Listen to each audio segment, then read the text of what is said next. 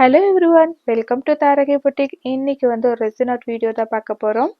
இது வந்து ரெண்டுமே என்னோட பசங்க தான். இந்த பசங்களோட ஃபோட்டோ வச்சு ஒரு சின்னதாக ரெசின் ஆர்ட் பண்ணியிருக்கேன். இதுக்கு வந்து ஒரு ஹார்டின் ஷேப்பில் இருக்கிற ரெசின் மோல்டு எடுத்திருக்கேன். இந்த மோல்டு பிளைனாக இல்லாமல் சைஸில் வந்து ஒரு கட் ஒர்க் வந்த மாதிரி இருக்குங்க.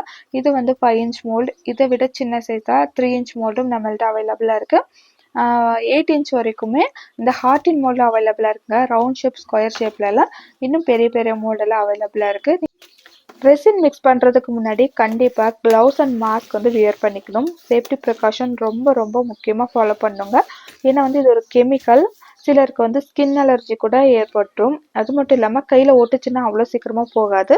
ஸோ வந்து க்ளவுஸ் வந்து வியர் பண்ணிக்கோங்க. லைட்டாக ஸ்மெல் அடிக்கும், ஒரு கெமிக்கல் ஸ்மெல் அடிக்கும். ஸோ வந்து மாஸ்க்கும் வியர் பண்ணியிருக்கணும். இப்போ வந்து மெஷர் பண்ணி எடுத்துக்கணுங்க. இது போல் கிச்சன் ஸ்கேல் வந்து வாங்கி வச்சுக்கிறது ரொம்பவே நல்லது. டேபிள் ஸ்பூனில் கூட நம்ம வந்து அளந்து எடுத்துக்கலாம்னு சொல்லுவாங்க. ஆனால் வந்து ஸ்டார்டிங்லேயே கிச்சன் ஸ்கேல் வந்து வாங்கிட்டேன். வெயிட் மிஷின் ஆன் பண்ணதுக்கப்புறமா இந்த கிளாஸ் வந்து நான் ப்ளேஸ் பண்ணிடுறேன். கிளாஸ் வந்து பார்த்திங்கன்னா 3 கிராம் இருக்குது. ஸோ வந்து அதை டேர் பண்ணிவிட்டு அதுக்கப்புறம் தான் நம்ம ரெசின் ஆட் பண்ணணும். இங்கே பார்த்தாவே உங்களுக்கு தெரியும், ரெசின் ஓப்பன் பண்ணும்போதே எனக்கு கையிலலாம் ஆயிடுச்சு. ஸோ க்ளவுஸ் வியர் பண்ணிவிட்டு அதுக்கப்புறமா ரெசின் மிக்ஸ் பண்ணுறது ரொம்பவே நல்லது. நான் இப்போ போர் பண்ணுற மாதிரி சைடில் ஒட்டினா மாதிரி நம்ம போர் பண்ணி எடுத்துக்கணும். நான் இன்றைக்கி யூஸ் பண்ணுறது 2:1 ரேஷியோ தான். ஃபார் எக்ஸாம்பிளுக்கு நீங்கள் 50 கிராம்ஸ் ரெசின் எடுத்தீங்கன்னா 25 கிராம்ஸ் ஹார்ட்னர் ஆட் பண்ணிடணும். ஹார்ட்னரும் ரெசினும் 1 கிராம் 2 கிராம் வித்தியாசமான ஒன்றும் ப்ராப்ளம் இல்லைங்க. இது 3 கிராம் 4 கிராம் அது போல் வித்தியாசம் வந்துருந்துச்சுன்னா அது வந்து அவுட்புட் வந்து கரெக்டாக வராது. நம்ம வந்து ரெசின் போர் பண்ணிட்டோம்னா அந்த பாக்ஸ் வந்து நல்லா டைட்டாக சீல் பண்ணி வச்சுக்கணும். அது ரொம்பவே முக்கியங்க. அடுத்ததாக ரெசின் ஆட் பண்ணதுக்கப்புறமா ஹார்ட்னர் ஆட் பண்ணிக்கிறேன். ரெசின் ஆட் பண்ணதுக்கப்புறமா ஹார்ட்னர் ஆட் பண்ணிக்கணுங்க. 50 கிராம்ஸ் ரெசினுக்கு நான் வந்து 25 கிராம்ஸ் வந்து ஹார்ட்னர் ஆட் பண்ணிக்கிறேன். மெதுவாக ஆட் பண்ணிக்கணும். இப்போ கரெக்டாக ஆட் பண்ணியாச்சு. இந்த ரெசின் மிக்ஸ் பண்ணுறதுக்குன்னு இது போல் சிலிக்கான் ஸ்டிக்ஸ் அவைலபிளாக இருக்குங்க. அப்படி இல்லைன்னா ஐஸ் ஸ்டிக்ஸ் இருக்குது இல்லைங்களா, அதை யூஸ் பண்ணிக்கலாம். ரெசின் மிக்ஸ் பண்ணும்போது ஒரே டைரக்ஷனில் ஸ்லோவாக மிக்ஸ் பண்ணுறது ரொம்பவே நல்லது. ரொம்ப ஃபாஸ்ட்டாக நம்ம மிக்ஸ் பண்ணோன்னா அதில் வந்து பபிள்ஸ் ஆகும். ஸோ வந்து மிக்ஸ் பண்ணும்போது நல்லா ஸ்லோவாக மிக்ஸ் பண்ணிக்கோங்க. ஃபஸ்ட்டு வந்து கொஞ்சம் க்ளவுடியாக இருக்கும். அதுக்கப்புறமா கிளியராக ஒரு வாட்டர் கண்டென்ட்டுக்கு வந்துடும். அந்த பாட்டிலில் எத்தனை நிமிஷம் மிக்ஸ் பண்ணணும்னு சொல்லியிருக்காங்களோ அது வரைக்கும் நல்லா மிக்ஸ் பண்ணிக்கோங்க. இப்போ ரெசின் வந்து நல்லா மிக்ஸ் பண்ணி ரெடி பண்ணியாச்சு. இது ஒரு பக்கம் இருக்கட்டும். ரெசின் நல்லா மிக்ஸ் பண்ணிட்டதுக்கப்புறமா இதுக்கு கலர் ஆட் பண்ணிக்கலாம். இன்றைக்கி நான் வந்து பர்பிள் ரெட் அப்படின்ற ஒபாக் பிக்மெண்ட் தான் யூஸ் பண்ணியிருக்கேன். இந்த கலர் வந்து எனக்கு ரொம்ப பிடிச்சிருந்துச்சு. ஸோ இந்த ப்ராஜெக்ட்டுக்கு நான் இந்த கலர் யூஸ் பண்ணிக்கிறேன். பிக்மெண்ட் பொறுத்த வரைக்கும் ரொம்ப அதிகமாக ஆட் பண்ணக்கூடாது. நம்ம அதிகமான கலர் ஆட் பண்ணிட்டோன்னா அது ட்ரை ஆகிறதுலேயும் இஷ்யூ ஆகும். அது மட்டும் இல்லாமல் ஒரு ரெசின் ஆர்ட்டுக்கு வந்து ஒரு கம்மியான கலர் ஆட் பண்ணிட்டாவே அந்த ஃபினிஷிங் நல்லா கொடுக்கும். நம்ம அதிகமான கலர் ஆட் பண்ணோன்னா ஃபினிஷிங்கும் நல்லா இருக்காது. ஸோ வந்து ஒரு டூத் பிக்கில் கொஞ்சம் போல் எடுத்துகிட்டு நல்லா மிக்ஸ் பண்ணிக்கிறேன்.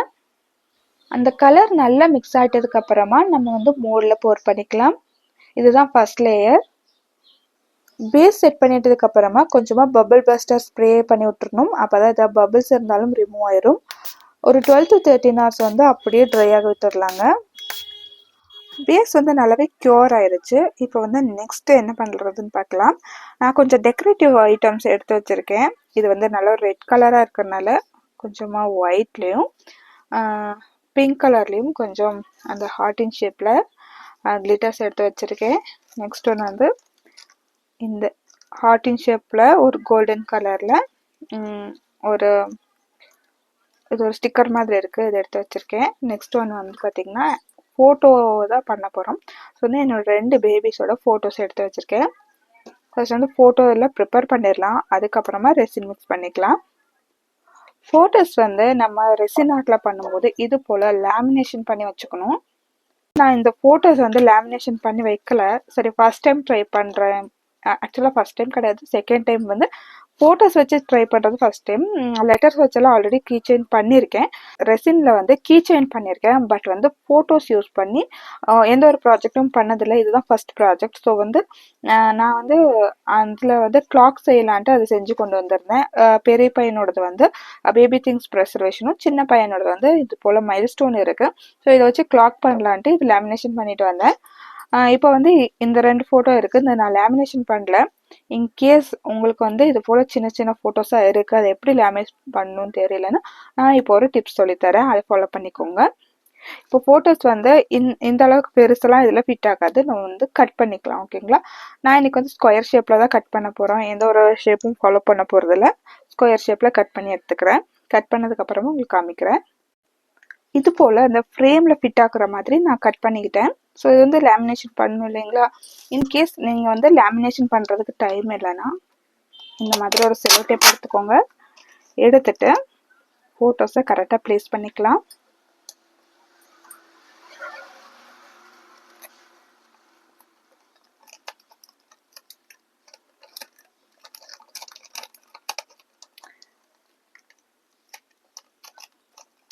அப்படியே டர்ன் பேக் பண்ணிட்டீங்கன்னா உங்களுக்கு வந்து இந்த ஃபோட்டோஸ்குள்ளே ரெசின் போய் ரியாக்ட் ஆகாது. ஸோ சிம்பிளான ஒரு டிப்ஸு, இதை நீங்கள் ஃபாலோ பண்ணிக்கலாம். இது போல் செல்லோ டேப் வச்சு நல்லா ஒட்டிக்கணும். கொஞ்சம் குட்டி குட்டி பபிள்ஸ் எல்லாம் இருக்கும், நல்லா ப்ரெஸ் பண்ணி நீங்கள் அமுத்தி விட்டிங்கன்னா உங்களுக்கு வந்து அந்தளவுக்கு தெரியாது. ஸோ இது மாதிரி டிப்ஸ் நீங்கள் ஃபாலோ பண்ணிக்கலாம். இந்த எக்ஸ்ட்ராஸ் எல்லாம் லைட்டாக இந்த எட்ஜ் வரைக்கும் நம்ம கட் பண்ணி எடுத்துடலாம். இது போல் 2 ஃபோட்டோவும் ப்ளேஸ் பண்ணியாச்சு. ஃபஸ்ட்டே வந்து நம்ம எந்தெந்த பொருளை எங்கெங்கே ஆர்கனைஸ் பண்ண போகிறோம்னு சொல்லி கரெக்டாக பார்த்துக்கணும்.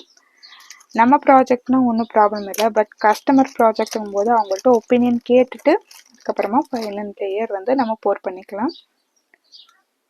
இந்த இடத்துல ஒரு குட்டி ஹார்ட்டின் வச்சுக்கலான்னு நினச்சிட்ருக்கேன்.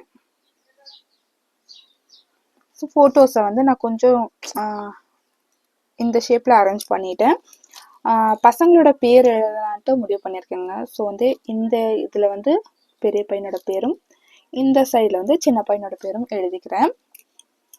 இது வந்து பார்த்திங்கன்னா நான் அமேசான்லேருந்து வாங்கியிருந்தேன் பைலட் பென். நீங்கள் வந்து விநாயகர் ஸ்டிக்கருக்கு பதிலாக இந்த பென் யூஸ் பண்ணிக்கலாம், ரொம்பவே நல்லாயிருக்கு.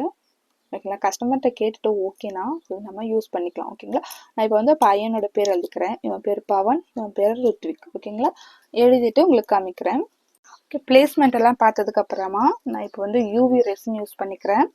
யூவி ரெசின் வந்து இந்த ஃபோட்டோஸ் வந்து பிளேஸ் பண்ணுறதுக்கு யூஸ் பண்ணிக்கிறேன். ஏன்னா வந்து நம்ம ரெசின் ஊற்றினதுக்கப்புறமா இது மிதக்காமல் இருக்கிறதுக்கு கொஞ்சமாக யூவி ரெசின் வச்சு ஸ்டிக் பண்ணிக்கலாம்.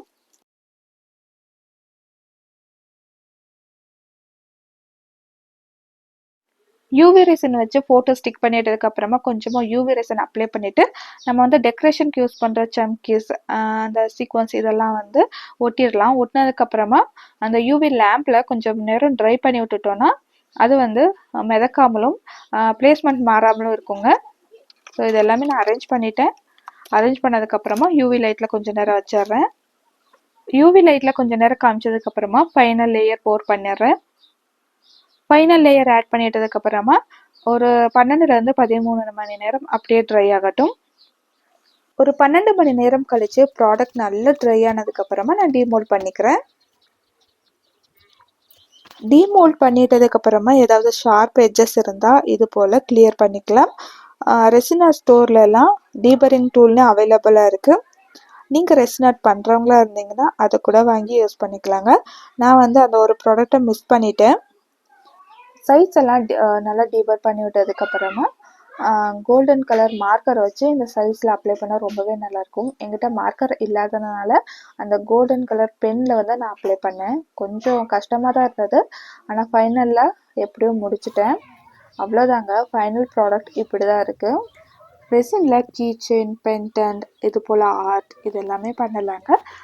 ப்ரிசர்வேஷன் கூட பண்ணிக்கலாம். நீங்கள் உங்களோட கல்யாண மாலை, பேபி திங்ஸ் இதெல்லாம் ப்ரிசர்வ் பண்ணணுன்னாலும் பண்ணிக்கலாம். அது மட்டும் இல்லாமல் நம்மக்கிட்ட பிரஸ்ட் மில்க் ப்ரிசர்வேஷனும் அவைலபிளாக இருக்குது. கோல்டு அண்ட் சில்வரில் முழுக்க கஸ்டமைஸ் பண்ணி பிரஸ்ட் மில்க் ஜுவல்லரி வாங்கிக்கலாம். பிரஸ்ட் மில்க் ப்ரிசர்வேஷன் ஃப்ரேம்குள்ளேயும் கூட சின்னதாக பெயிண்டட் மாதிரி வச்சு நம்ம வந்து ஃப்ரேம் மேக் பண்ணி தரலாங்க. முழுக்க கஸ்டமைசபிள். உங்களுக்கும் தேவைப்பட்டால் ஸ்க்ரீனில் தெரிகிற வாட்ஸ்அப் நம்பருக்கு காண்டாக்ட் பண்ணுங்கள். ஃபர்தர் டீட்டெயில்ஸ் ஷேர் பண்ணிக்கிறேன். நெக்ஸ்ட் ஒரு இன்ட்ரெஸ்டிங்கான வீடியோவில் சந்திக்கலாம். Bye friends.